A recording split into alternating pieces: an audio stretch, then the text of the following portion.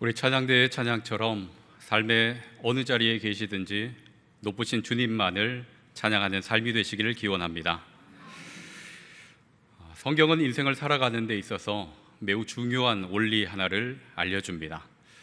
굳이 하나라고 표현할 건 없는데요, 꼭 하나를 꼽자 한다면 갈라디아서 6장 7절 말씀이 될 것입니다. 사람이 무엇으로 심든지 그대로 거두리라. 이 말씀은 하나님께서 정하신 섭리이고 또 약속입니다. 그리고 이 말씀은 성도로 하여금 정직하고 성실하게 살아갈 수 있도록 인도하여 주지요. 그런데 여기서 오해하지 말아야 할 것은 구원과 삶의 열매는 다르다 하는 것입니다. 여러분, 구원은 전적인 하나님의 은혜이지요. 구원을 받는 데 있어서 인간의 공로나 노력, 또 인간 편에서 무엇을 해야 한다거나 무엇을 할 수 있는 부분은 전혀 없습니다. 성경에서는 우리가 아직 죄인 되었을 때 하나님께서 찾아와 주셨다라고 말씀하시죠. 그러니까 전적인 하나님의 은혜로 우리는 구원을 받은 것입니다. 그러나 삶의 열매는 그와 다른 부분이 있죠. 삶의 열매는 저절로 맺히는 것이 아닙니다. 가만히 있다고 해서 그 삶의 열매가 주렁주렁 맺히지는 않습니다. 무엇을 심는가, 그리고 그것을 어떻게 경작하는가에 따라 달라질 수 있는 것입니다. 그렇게 갈라디아서 6장 7절과 8절에서는 이렇게 말씀을 하고 있습니다. 사람이 무엇으로 심든지 그대로 거두리라. 자기의 육체를 위하여 심는 자는 육체로부터 썩어질 것을 거두고, 또 성령을 위하여 심는 자는 성령으로부터 영생을 거두리라. 우리가 이 말씀에서 조금 주목해 보고자 하는 것은 무엇으로 심든지 심는 대로 거두게 된다 하는 말씀입니다. 오늘 제목과도 같죠. 심은 대로 거두리라. 육체를 위하여 심는 자는 썩어질 것을 거두고 성령을 위하여 심는 자는 영생을 거두리라 했습니다. 그대로 거두리라 하는 것입니다. 여러분, 그대로 거두리라 하신 이 말씀을 여러분 믿으십니까? 여러분 아멘이십니까? 그런데 문제는 심는 대로 거두려 하지 않을 때가 있고, 또 그것을 피하려 하는 자들이 우리 앞에는 있다 하는 것입니다. 여러분, 육체를 위하여 심는 자는 무엇을 거둔다 하셨습니까? 썩어질 것을 거둔다고 말씀하셨습니다. 그런데 자기의 육체를 위해서 썩어질 것을 심어놓고 그것이 마음에 들지 않는다고 해서 그 거두는 것을 회피할 수 있겠습니까? 성경에서는 그렇지 않다고 말씀하고 있습니다. 그런데 우리가 살아가는 이 세상에서는 심은 대로 거두리라 하는 그 말씀이 무색할 정도로 온갖 편법과 불법과 속임과 거짓을 동원해서 그 거둠을 피하고자 하는 이들이 있고, 또는 피하는 것처럼 보일 때도 있다는 것입니다. 이것은 어느 시대에나 있죠. 그래서 시편 기자는 시편에서 이런 호소를 하나님께 드립니다. 악인의 모습을 보면서 이런 호소를 하는 것이죠. 하나님, 악인의 형통함이 어찌 된 일입니까? 이런 호소를 시편뿐 아니라 성경 여러 군데에서 말하고 있습니다. 여러분, 이것을 갈라디아서 말씀으로 바꾸어서 읽어본다면 어떻게 되겠습니까? 하나님, 악을 심었는데 어찌 저가 형통을 거둘 수 있습니까? 불의함을 심었는데 어떻게 저 인생에 순탄함이 있을 수 있습니까? 그러면서 이 마음에 무거운 그 짐을 지고 하나님께 호소하는 것입니다. 여러분, 이때 하나님께서는 어떻게 답을 하시는지 한번 들어보시기 바랍니다. 시편 37편 7절 이하에서는 하나님께서 이에 대해서 이렇게 말씀하십니다. 여호와 앞에 잠잠하고 참고 기다리라. 자기 길이 형통하며 악한 꾀를 이루는 자 때문에 불평하지 말지어다. 진실로 악을 행하는 자들은 끊어질 것이나. 하나님께서 어떻게 답하고 계십니까? 불평하지 말라 하시죠. 잠잠히 기다리라 하십니다. 그러면 결국 악을 행하는 자들은 끊어질 것이다, 심은 대로 거두게 될 것이다 라는 것을 말씀하십니다.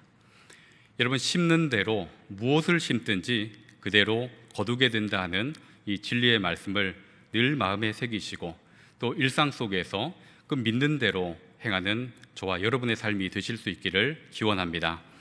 오늘 이 본문은 심은 대로 거둔다는 원리를 참 잘 보여주고 있는 본문 중에 하나입니다. 다니엘이 속한 남유다, 무엇을 심고 또 무엇을 거두게 되었는지 오늘 이 본문을 통해서 한번 살펴보기를 원합니다.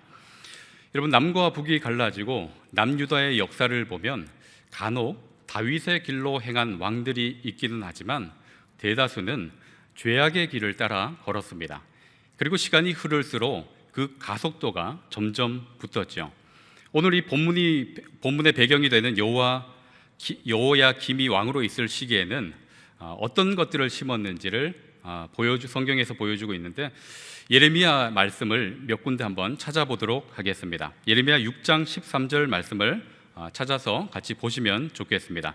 제가 읽어드릴 때 여러분 예레미야 6장 13절 말씀을 같이 보시기 바랍니다. 남유다 백성들, 지도자들은 그들의 일상 속에 무엇을 심었는가 한번 보시기 바랍니다. 그들이 가장 작은 자로부터 큰 자까지 다 탐욕을 부리며 선지자로부터 제사장까지 다 거짓을 행함이라. 그리고 뒷장 이어서요, 예레미야 7장 9절입니다. 너희가 도둑질하며 살인하며 간음하며 거짓 맹세하며 바알에게 분향하며 너희가 알지 못하는 다른 신들을 따르며. 예레미야가 다 폭로해주고 있는데요, 무엇을 심었다라고 말씀하고 있습니까? 본문에서는 탐욕과 거짓과 도둑질과 살인과 간음과 거짓 맹세, 우상 숭배, 우리가 앞서 함께 읽었던 10여 명의 모든 죄악들을 그들은 다 심어 놓았다라고 말하고 있습니다. 하나님께서 가증히 여기시고 미워하시는 것들을 그들의 삶 속에 가득 심어 놓았죠. 그런데도 교만한 그들은 심은 대로 거두기를 원치 않고 또 그렇게 안 거둘 수 있다라고 생각을 하고 있습니다. 여러분, 예레미야 5장 12절 말씀은 우리 같이 한번 읽어보면 좋겠습니다. 예레미야 5장 12절에서 그들의 태도를 보여주고 있는데요, 같이 한번 읽도록 하겠습니다.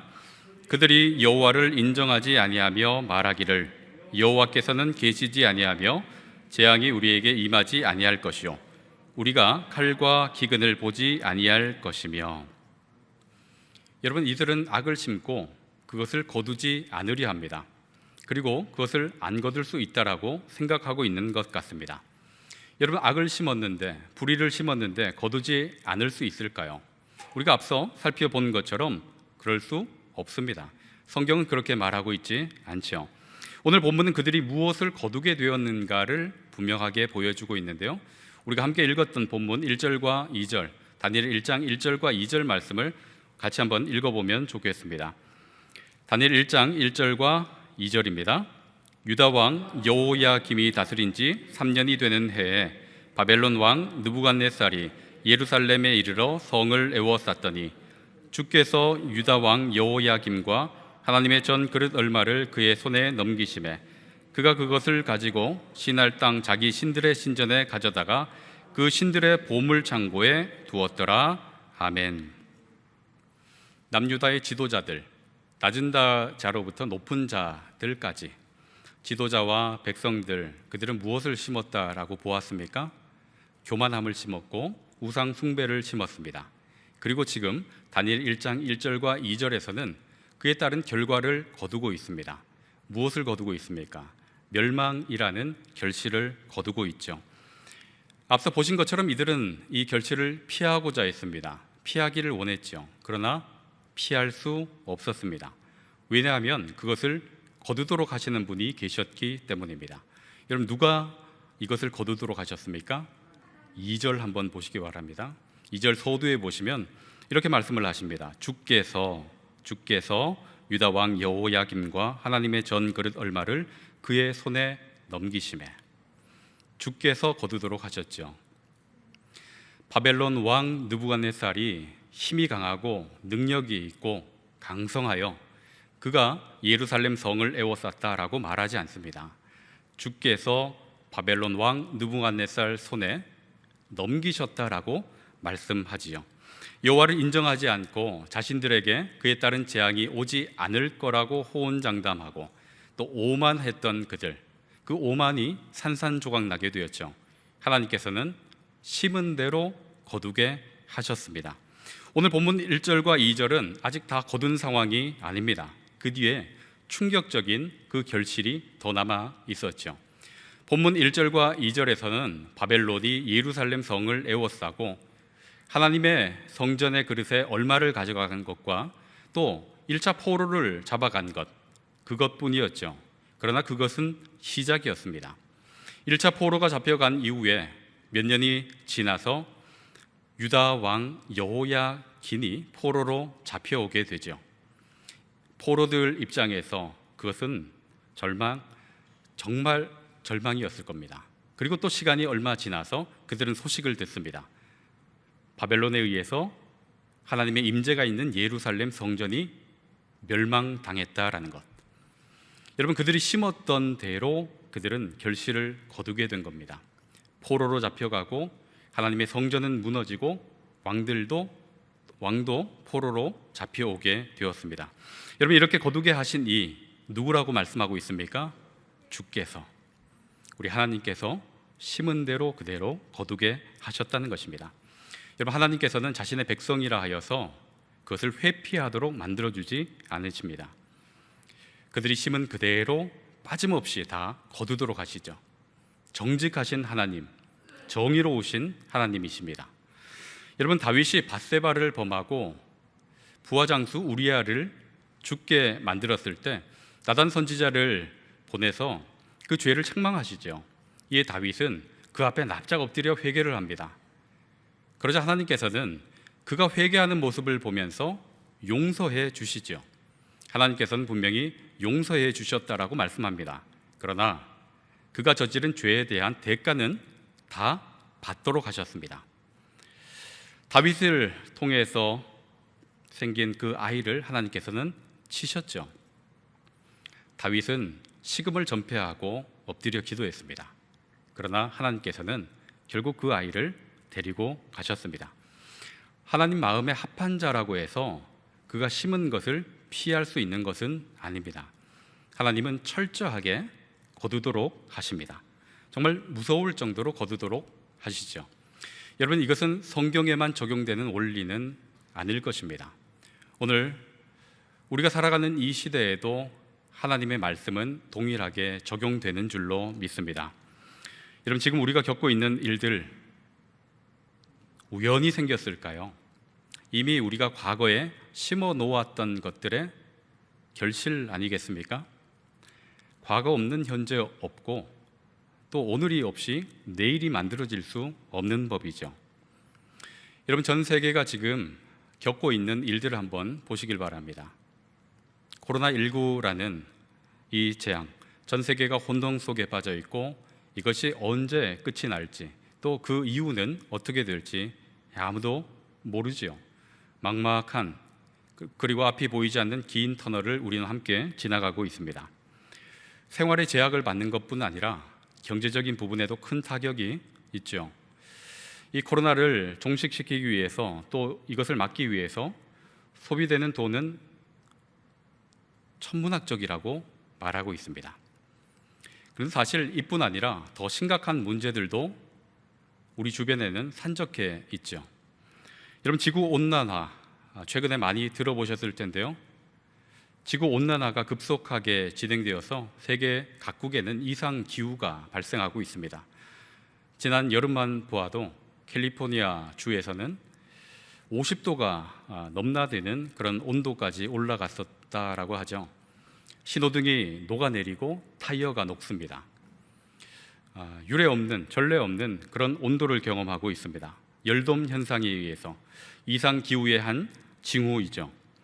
그리고 지난 8월 중순쯤에는 그린랜드에서 역사상 처음으로 얼음층에 비가 내렸다고 합니다. 그 비는 무려 30억 톤이나 내렸는데 그로 인해서 많은 얼음층들이 녹았고 그 때문에 해수면은 올라갔다라고 하죠. 이대로 가다가는 이 코로나보다 더 무서운 재앙들을 만날 수 있다는 것이 전문가들의 견해입니다. 여러분, 이런 일들은 우연히 생겼을까요? 저절로 우리가 살다 보니까 겪게 되는 일일까요? 누군가 또 우리가 이미 과거에 심어 놓았던 것들, 그것에 따른 결과를 우리가 지금 거두고 있는 것 아니겠습니까? 인류가 함께 심은 대로 거두고 있는 중이라 말할 수 있을 겁니다. 여러분, 이것은 우리가 겪고 있는 이 삶의 형편뿐 아니라 우리 신앙에도 고스란히 적용할 수 있을 겁니다. 우리 신앙은 어떻습니까? 한국 교회가 돌아가고 있는 그런 형국은 어떤 모습입니까? 최근에는 교회가 많이 지탄의 대상이 되고 비난의 대상이 되었습니다. 또 어떤 이들은 의도적으로 교회를 적대시하곤 합니다. 물론 많은 부분에서 오해받는 부분이 있을 것입니다. 그러나 그것을 전부 오해입니다라고 자신 있게 말할 수 있을까요? 우리가 과거부터 심어 놓았던 것들, 그것을 지금 우리가 거두고 있는 것 아닐까요? 목회자로부터 성도에 이르기까지 모두가 심었던 것들 지금 하나씩 거두고 있는 것, 그것이 지금 우리가 처한 형편이라 생각이 됩니다. 여러분, 그렇게 보면 지금 우리가 거두고 있는 것들 이렇게 하나 둘씩 거두고 보면 미래에는 희망이 있을까요? 앞날은 더 좋아질 것이다, 앞으로는 더 교회가 부흥하고 우리의 삶의 자리도 회복될 것이다, 이런 낙관적인 이야기를 할 수 있겠습니까? 여전히 우리가 바라보는 것은 침울하고 또 우울한 부분들이 많이 있습니다. 여러분, 그런데 우리에게 희망이 되는 것도 있죠. 무엇인가 하면 하나님께서는 이대로 끝내지 않으신다 하는 것입니다. 여러분, 잘못 심고 또 그에 따른 결실을 거두면 너희들 잘못 거두었으니, 잘못 심고 잘못 거두었으니 그것으로 끝이다라고 하나님은 말씀하고 있지 않습니다. 다시 심고 거둘 수 있는 새로운 기회를 주신다 하는 것입니다. 이것이 바로 우리에게 희망이 되는 것이죠. 절망 속에서도 구원의 빛을 바라볼 수 있는 것입니다. 우리 본문으로 한번 돌아볼까요? 1절과 2절 다시 한번 보시길 바랍니다. 1절과 2절에 있는 이 말씀이 여러분 만약 성경 끝에 기록되어 있었다면, 그렇다면 이것은 정말 절망이었을 것입니다. 그러나 다니엘을 시작하는 부분에 이 말씀이 기록되어 있다는 것은 우리에게 희망이 되지요. 하나님께서는 이렇게 끝맺지 않으신다 하는 것을 엿볼 수 있는 것입니다. 그래서 다니엘은 이 다니엘서를 기록하면서 우리가 범죄하고 잘못한 그대로 주께서 거두도록 하셨음을 언급하면서 민족의 역사상 자신의 생에 가장 치욕적이고 가장 굴욕적이고 절망의 순간을 만났지만 다니엘은 삶을 포기하거나 좌절하지 않습니다. 그는 다시금 일어나서 그 절망 가운데 믿음의 씨앗을 심고 있고 또 성령을 위하여 살아가고 있는 모습을 볼 수 있습니다. 여러분, 앞서 언급해 드린 대로 다니엘이 1차 포로로 끌려왔을 때만 해도 완전한 절망은 아니었죠. 그러나 왕이 포로로 끌려오고 예루살렘 성전이 무너졌다 하는 것은 그들에게 있어서는 완전한 절망처럼 느껴졌을 것입니다. 그리고 그 이후 다니엘과 그 세 친구들이 겪는 일들 또한 아무런 희망이 보이지 않는 것들입니다. 계명하라, 왕의 음식을 먹으라, 신앙의 정체성을 다 빼어버리고 있고 신앙을 위협하고 있죠. 그뿐입니까? 다니엘은 환관이 되었습니다. 환관장 아래 그는 교육받고 있죠. 여러분, 환관 아시죠? 우리나라의 직책으로 가까이 비추어 본다면 내시라 할 수 있을 겁니다. 혈통을 중시하는 유대인, 환관이 되었다는 것은 이것처럼 굴욕적이고 치욕적인 일이 어디 있겠습니까? 그럼에도 다니엘은 굴하지 않고 하나님께서 이 모든 것을 다스리신다는 그 믿음을 가지고 다시금 심고 있습니다. 그로 인해서 다니엘 1장 이후에 나타나는 그 삶 속의 결실들 무엇입니까? 느부갓네살 왕이, 다리오 왕이 지극히 높으신 하나님을 찬양하는 그런 결실들을 맺지 않습니까? 나라가 바뀌는 그 가운데에도 지위를 유지하면서 하나님의 뜻을 펼쳐가고 있습니다. 여러분, 이처럼 절망이지만 하나님께서는 다시금 심고 거두게 하신다는 그 믿음을 가지고 다니엘은 잃어서 그 믿음의 여정을 걸어가고 있습니다. 여러분, 여러분의 삶에 이 말씀을 한번 비추어 보실 수 있으면 좋겠습니다. 여러분은 여러분의 삶에 어떤 것들을 심으셨습니까? 혹시 잘못 심은 것들이 있습니까? 그리고 원치 않는 그 결실이 지금 맺혀지고 있습니까? 그렇다 할지라도 낙심하거나 좌절하지 마시길 바랍니다. 잘못 심은 것이 있다면 우리 하나님께서는 다시금 심을 기회를 주실 줄로 믿습니다. 그러니 잘못 심은 것들 하나님 앞에 내어놓고, 하나님, 잘못 심은 것들을 거두어야 하는데 이것을 감당할 능력이 없고 또 되돌이킬 그럴 힘이 없습니다. 하나님, 이 잘못 심은 것들을 회개하고 하나님 앞에 엎드려 울부짖사오니 하나님, 그 이후에 새로운 기회를 주시고 또 심을 수 있는 능력을 허락하여 주십시오. 이렇게 기도하실 수 있기를 바랍니다. 그렇다면 다시 심고 거두도록 하는 하나님의 은총이 저와 여러분의 삶에, 그리고 한국교회와 우리나라에 임할 줄로 믿습니다. 어떤 분은 이렇게 말씀하실 수도 있을 것 같습니다. 많이 늦지 않았습니까? 이제 심어서 언제 거둡니까? 그러나 하나님께서 끝이라 하기 전까지는 여러분, 끝이 아닌 줄로 믿으시길 바랍니다.